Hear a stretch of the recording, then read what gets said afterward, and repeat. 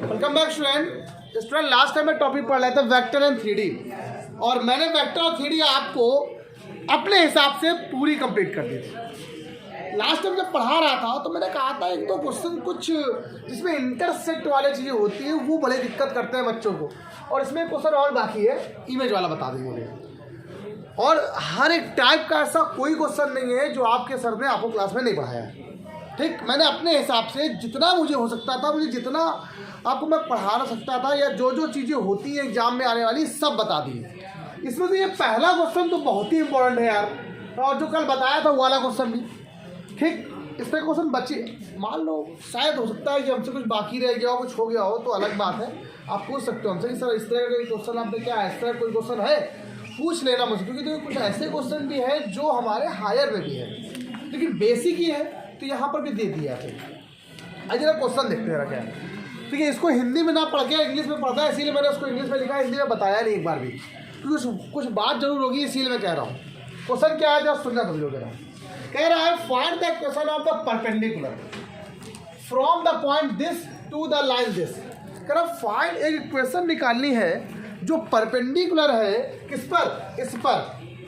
ठीक, और किस पॉइंट से इस पॉइंट से होकर जाती है। अगर मैं इसको फिगर बना के देखूं, अगर मैं इसको ड्रॉ कर लूँ अगर इसका फिगर, तो चीज़ें ज़्यादा आसान हो जाएंगी, आपको ज़्यादा बेटर समझ में आएगी। मैंने आपसे क्या कहा कि एक लाइन है आपके पास ये वाली, सीधी नहीं टेढ़े, ये सीधी एक लाइन है, और एक पॉइंट देखिए आपके पास क्या है 3,-1,11। ये क्वेश्चन बहुत ट्रेंड में चलता है यार, मुझे नहीं पता कि आपकी क्लास में कितनी बार आया, मुझे नहीं पता, लेकिन हायर में बहुत बार आया हुआ है। तो कोई दूसरा एग्जाम होता है जितने हायर एग्जाम होते हैं उसमें ये क्वेश्चन बहुत इंपॉर्टेंट है। लेंथ पूछा जाता है, कभी कभी उसकी पॉइंट पूछ लेता है, यहाँ पे सब निकालना है। मैं तीनों बता दूंगा इसमें आपको, और कह रहा है इससे परपेंडिकुलर ड्रॉ कर दो, और अगर ये क्वेश्चन आ गया तो आपको इमेज वाला क्वेश्चन दिया जाएगा। ठीक है, अच्छा ये पॉइंट है, ये क्या है बेटा, इसका इक्वेशन क्या है, x - 0/2 equal to y - 2/3 equal to z - 3/4। ये लाइन पर, ये कोई एक लाइन है जो परपेंडिकुलर है, वो क्या है नहीं पता, वो कैसी लाइन है नहीं पता, बस इतना पता है इस पॉइंट को जा रही है, मतलब ये पॉइंट आपको मालूम है। अब सेकंड थिंग, अब जरा सब लोग यहाँ पर रख दो कॉपी को, ये ए है, ये पी क्यू पॉइंट है, ये पी क्यू है, और इसको ए भी लाइन ले लो। और आपको पहले तो क्या निकालना है, आपको इसकी इक्वेशन पी क्यू की निकालनी है। अरे पी क्यू की क्वेश्चन के लिए आपको क्यू पॉइंट पता होना चाहिए, और साथ ही साथ आपको लेंथ भी निकालनी, वो भी निकाल लेंगे। तो पहला काम यहाँ से क्या करने वाले हम लोग, क्यू पॉइंट कैसे निकाले ये दिखाना। कल बताया था मैंने, जब कोई दो लाइन आपस में इंटरसेक्ट करती हैं तो एक्स बराबर ऐसे करते हैं ना, वाई बराबर ऐसे करते हैं, तो पॉइंट निकाल आते हैं। लेकिन यहाँ पर दो लाइन पता ही नहीं है, लेकिन एक तो पता है, एक तो पता है।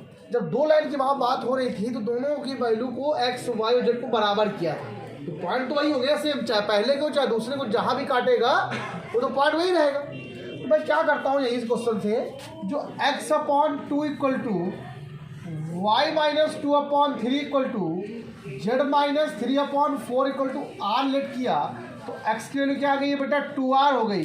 वैसे ही y की वैल्यू बेटा क्या हो गई है 3r + 2 हो गई है, और z की वैल्यू क्या आ गई बेटा 4r + 3 हो गई।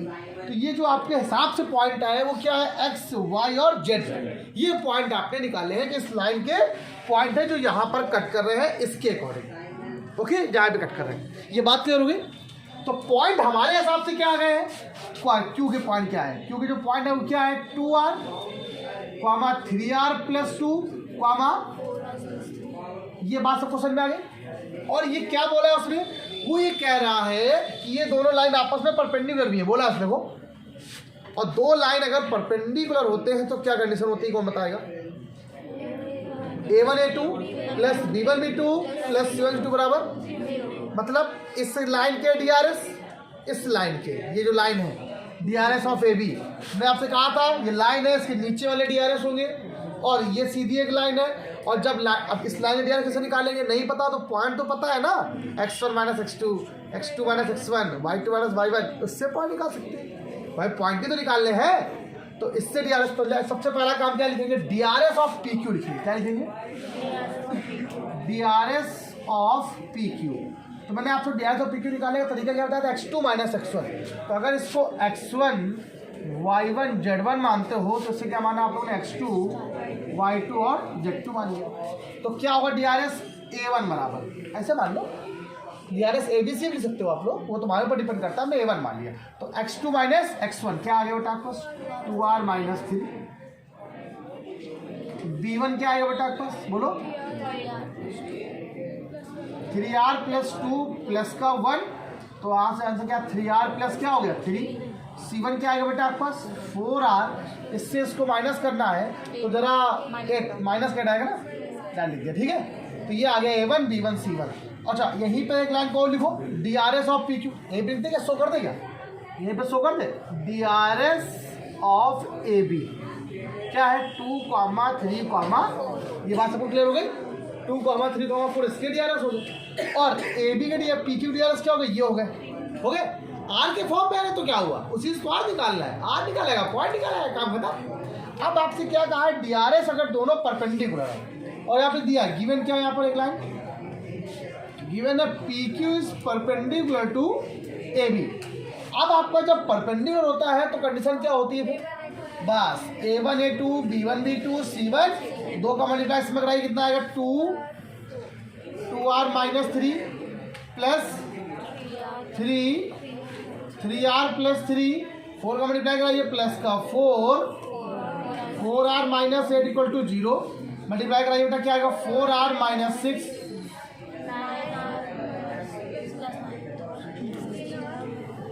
हो गया कि नहीं हो गया, चलिए 4r 9r और ये 16r था, 4r 9r क्या आ गया बेटा आपके पास 13r और 16r 29r हो गया। ये क्या बचा बेटा, माइनस का 6 और ये क्या बचा आपके पास, देखो प्लस का 3 और माइनस 29, तो r के पास क्या आ गई 1 आ गई, आगे वैल्यू 1। अब आर से ये तो सिर्फ निकालने कंडीशन थी, ये तो था ही नहीं, हमें तो इससे क्यों निकालना था बस। तो अब आप बताइए क्यू के पॉइंट क्या आ जाएंगे, बोलो क्यू के पॉइंट, आर की वैल्यू 1 है तो पॉइंट क्या आ गया 2, 5, 7, ये पॉइंट किसके आ गए आपके पास, क्यू के, ये पॉइंट किसके आ गए 2, 5, 7, ये पॉइंट किसके आ गए बेटा, हो गया, कोई दिक्कत तो नहीं इस बच्चे को, पक्का। अब आपका देखो पहला पॉइंट निकाल लिया, क्वेश्चन में क्या बोल रहा था, सॉरी पहले तो उसने बोला इक्वेशन निकालो, फिर लेंथ निकालो, फादर पॉइंट निकालो, तो हमने पहले पॉइंट निकाल लिया। अब इक्वेशन क्या आएगी, sorry equation of P Q, भाई फॉर्म में क्या होता है, लाइन है x माइनस x1 फॉर्म लिख रहे हैं, a का मान y माइनस क्या बेटा y1 प्लस का 1 equal to z minus upon में a1 b1 c1, इसी को तो निकाले आपने भाई, ये पी क्यू निकाला था ना आपने, डी आर एस और P Q a1 b1 c1, तो r का मान कितना 1 आया ना, कितना आएगा माइनस का 1, r का मान यहाँ 1 रखो 6, यहाँ भी r का मान रखो -4, इक्वेशन ऑफ लाइन क्या आ गई बेटा आपके पास, ये आ गई, कोई दिक्कत तो नहीं आपका। अच्छा एक बात और बताओ, अब वो कह रहा है इसकी डिस्टेंस निकाल दो, अरे डिस्टेंस निकालना सबको आता है कि नहीं आता है, नहीं आता तो मैं आपको बता दे रहा हूँ, पी क्यू की डिस्टेंस के लिए फॉर्मूला आ जाएगा x2 माइनस x1 का प्लस y2 माइनस y1 का, अरे और लास्ट में क्या जुड़ जाता है बेटा, बस z2 माइनस z1 का होल स्क्वायर। अब पी क्यू की आप वैल्यू निकालना, आप लोग जानते हो x2 माइनस x1 का होल कैसे निकालते हैं भाई, यही तो x2 माइनस x1 का 1 का स्क्वायर 1, 6 का स्क्वायर, भाई x2 माइनस x1 करोगे तो x2 तो भाई आपके पास ये है 2 माइनस, तो माइनस का 1 बचेगा, माइनस 1 का स्क्वायर प्लस 1, फिर वो कितना आएगा 5 में से घटा दो कितना बचा 6 आ गया, 6 का स्क्वायर 36 और प्लस 16, तो आपका आंसर क्या आया फिर इसकी बात में, तो 36 और 16 क्या हुआ 52 और 53 यूनिट इसका क्या आ गया है, आंसर हो गया। एक मिनट, इसी क्वेश्चन को अगर मैं इसके सिंबल चेंज कर दूँ, मतलब दूसरा क्वेश्चन बना दूँ, पॉइंट बदल दूँ तो नया क्वेश्चन बन जाएगा, लेकिन मेथड नहीं बदलेगा, ये मेरी गारंटी है। मेथड बहुत सरल है, इससे इजी मेथड मैं आपको कभी नहीं पा सकता। अगर आपने एक बार क्वेश्चन नहीं लगाया तो आप ये भूल जाओगे DIS DCS का क्या कॉन्सेप्ट है। जब एग्जाम टाइम आता है तो हमेशा यही वाले क्वेश्चंस हमेशा लगाए जाते हैं। हमेशा यही क्वेश्चन लगाए जाते हैं एग्जाम में। इनसे क्या होता है, सारे क्वेश्चन ऑटोमेटिक रिकॉल हो जाते हैं कि DRS भी है, परपेंडिकुलर भी है, ऐसा भी है, ऐसा भी है। निकला कि नहीं निकल आएगा? जल्दी करो सुनिए बच्चों। हाँ, तो ये क्वेश्चन और लिखा हुआ है, जरा देख लीजिए वीडियो जरा। लिखा है find the coordinate of the point. ये इजी सा क्वेश्चन है, छोटा है, जल्दी हो जाए। कह रहा find the coordinate of the point at which the line this meet the plane. एक लाइन है जो प्लेन में जाके मिलती है। भाई लाइन है जो प्लेन में जाके मिल रही है, इसके मतलब लाइन के पॉइंट जाके मिलेंगे इस पे जाके।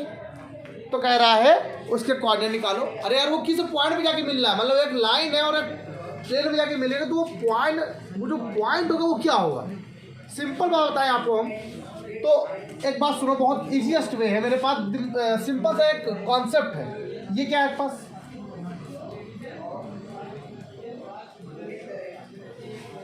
और लिखा हुआ Z + 5/4 इक्वल टू क्या है R। ठीक, आपने क्या कहा, x की निकालो जरा, कितनी आएगी बेटा? सुन लो, 2R + 1। ऐसे आप y निकालिए, क्या आएगा? -3R + 2।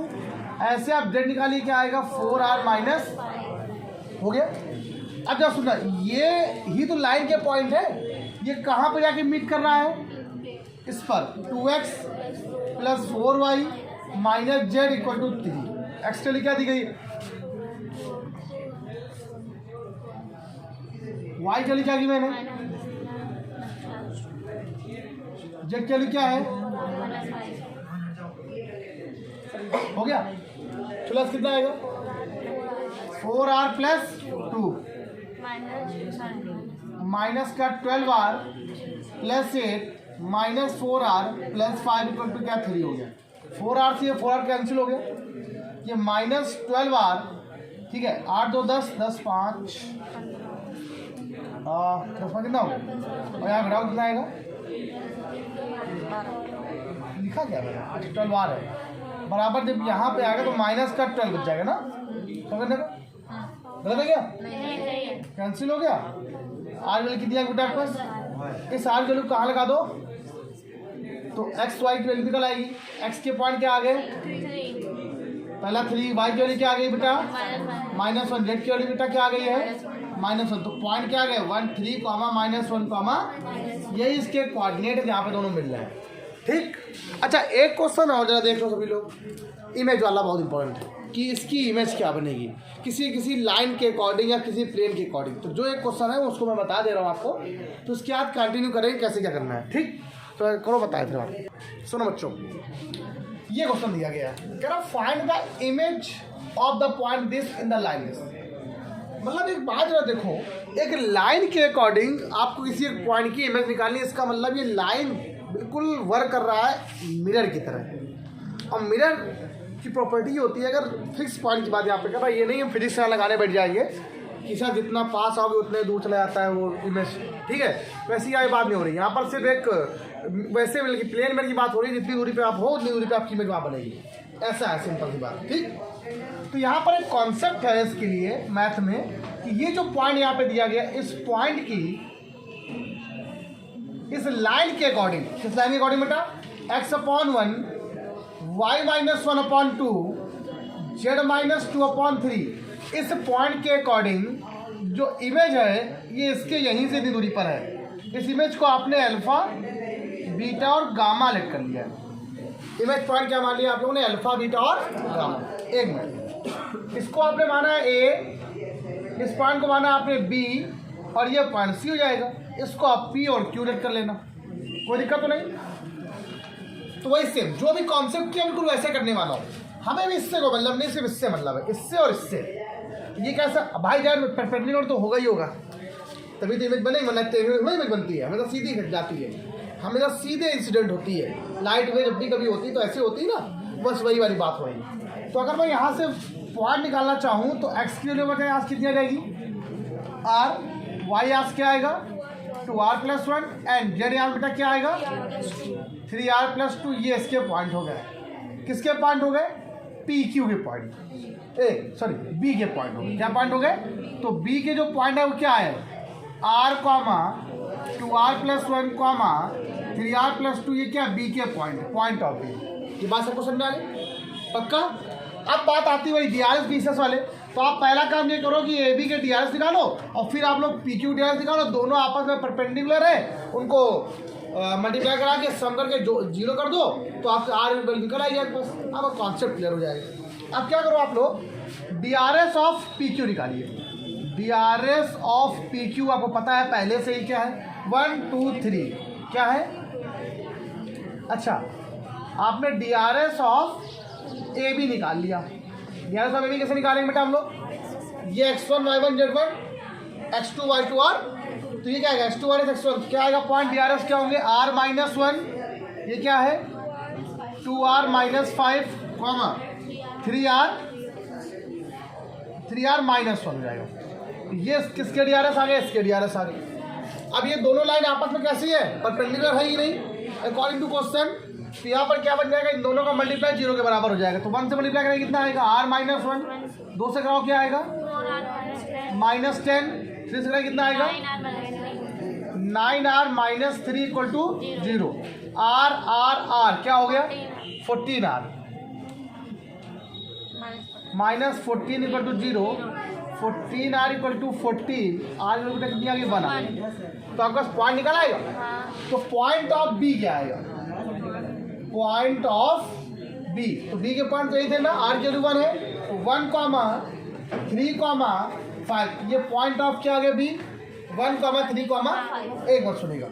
अब मैं अगर बात करता हूँ इस पॉइंट की, तो आपको 1, 6, 3 है, ये पॉइंट क्या है, ये मिड पॉइंट इसका आ गया 1, 3, 5, और सेम डिस्टेंस में बनेगा, इसका मतलब ये मिड पॉइंट है अल्फा बीटा और। तो अगर मिड पॉइंट की फॉर्मूले से इसका फॉर्मूला लगाया जाए तो फॉर्मूला क्या होता है, x बराबर आपने पढ़ा है ना, x1 + x2/2, y = क्या होता है बेटा y1 + y2/2, और z = और नहीं हो गया x1 x2, x कितना है 1 = 1 + अल्फा/2, तो 2 का मल्टीप्लाई यहाँ पर हो गया 1 + अल्फा, तो अल्फा की वैल्यू बेटा कितनी आ गई 1 हो गई। ऐसे ही 3 = यहाँ कितना आ जाएगा बेटा, y1 क्या है 6 प्लस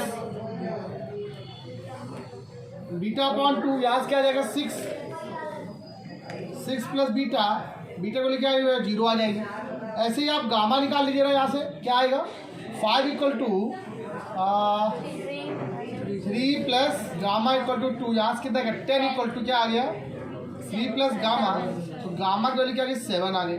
तो इसके पॉइंट क्या आ गया बेटा आपके पास 1, 0, 7। इजी क्वेश्चन था, अपने आप सॉल्व हो गया। अब जरा मेरी बात को सुनो, इससे टफ क्वेश्चन कभी नहीं बन सकते और ना ही कभी ऐसा होता है। देखो इजी था, हमने इसीलिए पहले ही क्वेश्चन उसको ले लिया। मेरी वीडियो में आप लोगों को थोड़ी चीज़ें ये मिलेगी। देखिए मुझे नहीं पता कि मैंने अदर से अच्छा पढ़ाया या नहीं पढ़ाया, पर मुझे इतना पता है कि मैंने कोशिश बहुत करी है।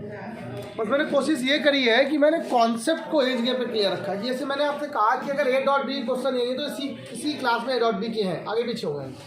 मैंने आपसे कहा जितने भी कोलिनियर क्वेश्चन या टॉपिक है वो पूरे टॉपिक है, जो पॉसिबिलिटी हो सकती है वो यहाँ बता दी, वो हो गए। डीआरएस के है तो डीआरएस सारे क्वेश्चन यहीं पर है, लाइन की क्वेश्चन है तो यहीं पर है। मतलब मैंने आपको एक टाइप बाई टाइप क्वेश्चन बताने की कोशिश करी है। तो आपके ऊपर डिपेंड करता है आप लोग कितना प्यार करते हो। सभी लोग लाइक करो, शेयर करो, सब्सक्राइब करो। पूरी वीडियो खत्म हो गई, सब अपलोडेड है। ठीक, आज से क्लास खत्म। आप लोग को बहुत पढ़ाया मैंने वेक्टर। अब पूरा एक कॉन्सेप्ट पूरा प्लेलिस्ट में लिखा हुआ है, आराम से करिए और बहुत अच्छे से करिए, अच्छा स्कोर करिए। सभी लोग बोर्ड में बहुत ज़्यादा आती है ये स्कोर में, और ज़रूरी नहीं कि सिर्फ बोर्ड के लिए, कंपटीशन के लिए भी बड़ी इंपॉर्टेंट है। ठीक, कॉन्सेप्ट मैंने हर चीज़ क्लियर किया है, एक बेसिक बाय बेसिक। हाँ, आपको बेसिक में कोई प्रॉब्लम नहीं होगी। हाँ, ये बात अलग है कि आपको और जो हाई थोड़ा लेवल होता है तो वो चीज़ आपको अलग से ही पढ़ने में मिलेगी। जब प्रैक्टिस करोगे कि वो भी आ जाएगी, लेकिन बेसिक की बिना कुछ नहीं आने वाला। चलिए आज के इतना ही, बाय बाय क्लास।